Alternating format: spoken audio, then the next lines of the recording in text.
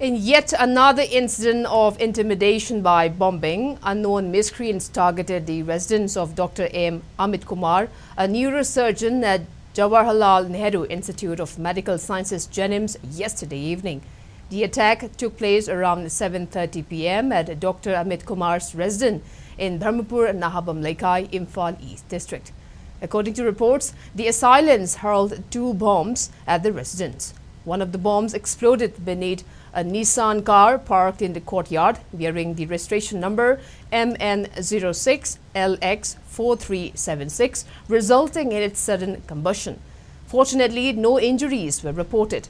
However, the explosion caused damage to the doors, windows and glasses. The motive behind the attack and the identities of the perpetrators is yet to be ascertained. Porompat police have initiated an investigation into the incident and registered a case for further inquiry.